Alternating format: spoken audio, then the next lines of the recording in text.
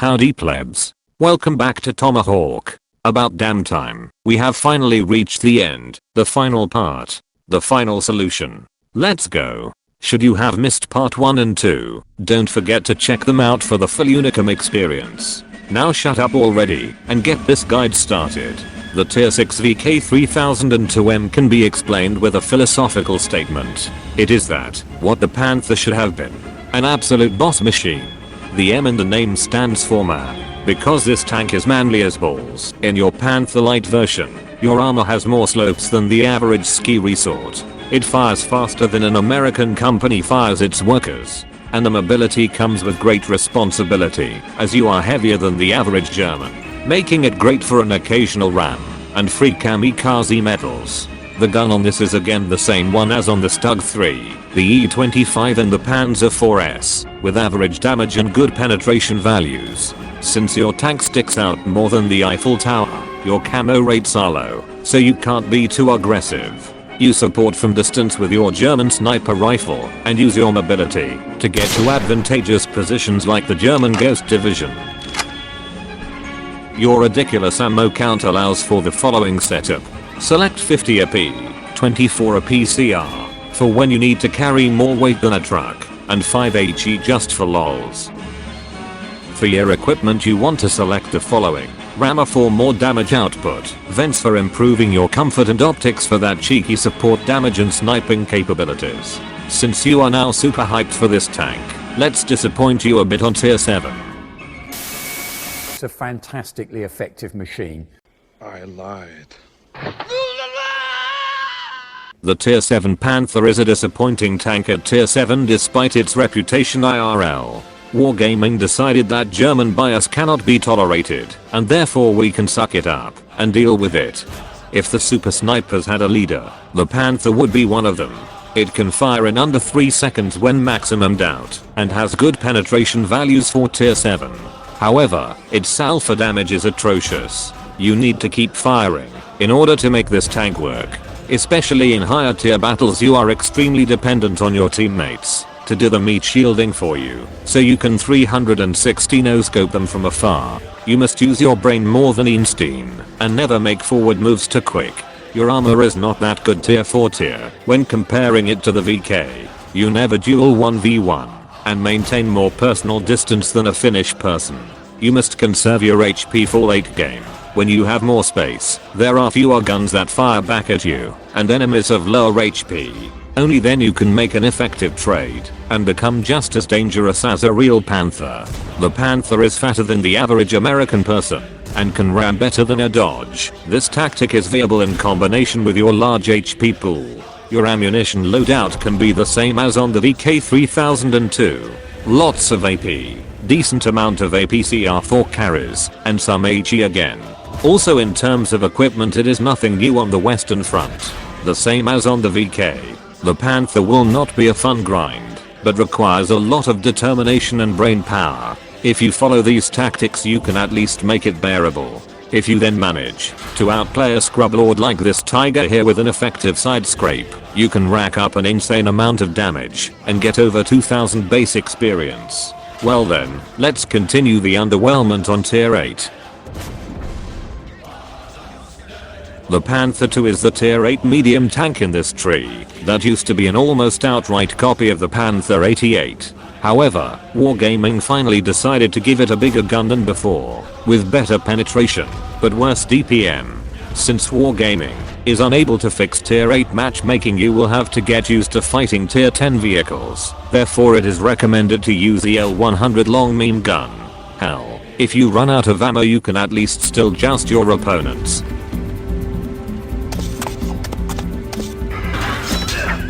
This tank goes towards the brawling capacities of the E50s on Tier 9 and 10, but only do so with side scraping, since you cannot reliably bounce anything yet. The accuracy of your gun is again exceptional at 0.3 dispersion. In its playstyle it is quite comparable to the first Panther, but allows for a bit of a bigger mouth, because of your higher alpha damage. Combine that with good speed forwards in a straight line, it allows for drive-bys. Therefore your equipment setup will be a bit different. Use selector armor to ramp up that DPM, vents for style and a vertical stabilizer for being a ghetto master OG. On the ammo front you want to choose 35 AP, 20 APCR for those nice matchmakings and 5 HE. The Panther II is also a good rammer, but be wary that sometimes this can lead to unexpected events. And on that terrible disappointment it's time to continue to tier 9. The E50 is the tier 9 that finally pays off your long grind. The E50 is thick as funk, packing a hard punching gun with good mobility and ridiculous weight. In case you wonder why my E50 looks like this, it's a skin that looks sexy as balls. The E50 combines everything that is good about Germans in a single tank. It has sloped armor, good accuracy, decent DPM, is capable of an occasional brawl, and can effectively side scrape. The ideal position can be seen here, where only your lower plate and turret front are relatively weak. Your mobility allows to get in advantageous positions early, and your gun depression is usable with 8 degrees. The shell velocity is faster than any German sports car. Combined with 0.29 dispersion, you will instantly become like Major Conic from the movie Enemy at the Gates. The only downside is the penetration at 220, which is a bit low for tier 9. If you run into trouble you can join the NSDAP, the Not Shoot the Fault Armor Piercing Club, with 270 penetration. You do not manhandle tanks on your own, because that would count as suicide. We can leave the suicide bits to a guy with a funny mustache. The E50 becomes more and more dangerous the longer you can keep it alive with many hit points. It has a higher fear factor than the Gestapo, and with its hard-hitting gun you can tip the odds of a battle in your favor, something the World War II Germans never managed to do. Should you decide for an aggressive ram, be aware that the traverse speed is not too great and sometimes you can overshoot a target you wanted to ram, leaving your vulnerable side exposed. Almost make sure that, if you want to ram, you will hit your target. If shit hits the fan, and 3 targets decide to rush you, keep a cool head and act like this dude here. Embrace your inner German, rely on your armor, and keep firing the 10.5cm gun. You must rely on your buddies Italy and Romania to support you to survive this ordeal. In order to do nuclear holocaust amounts of damage and carry your team from a 1-9 to a victory, this is what you select for ammunition. 28 AP, 15 APCR for 1500 meter per second shots, and some HE for filthy clickers. To use this tank to its full Wannabe Unicum potential, this is what you select for equipment. A rammer, vertical stabilizer for those on the move shots, and vents for those 5 extra % of German skills. Let's go find that filthy T-54 to win this game.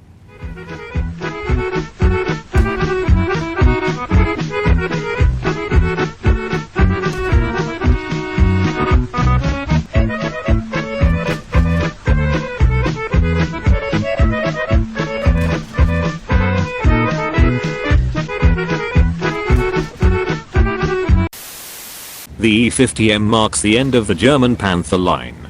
The tank is just like all the Chinese tank destroyers, completely made up by wargaming.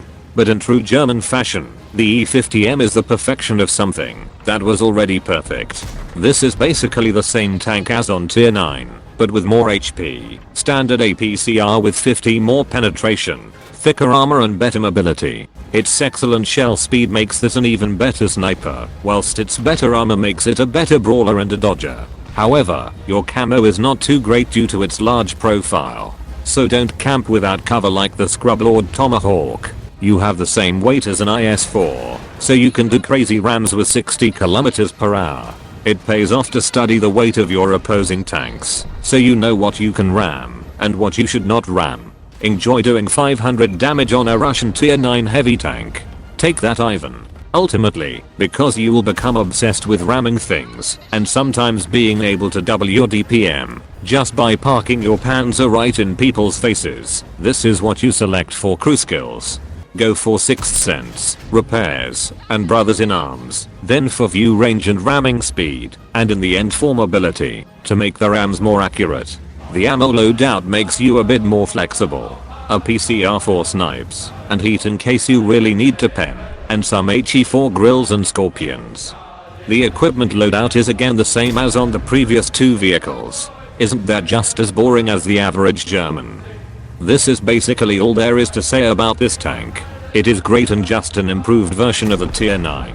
Except when your name is Tomahawk and you screw up a perfect ramming opportunity and die in the process like a total idiot.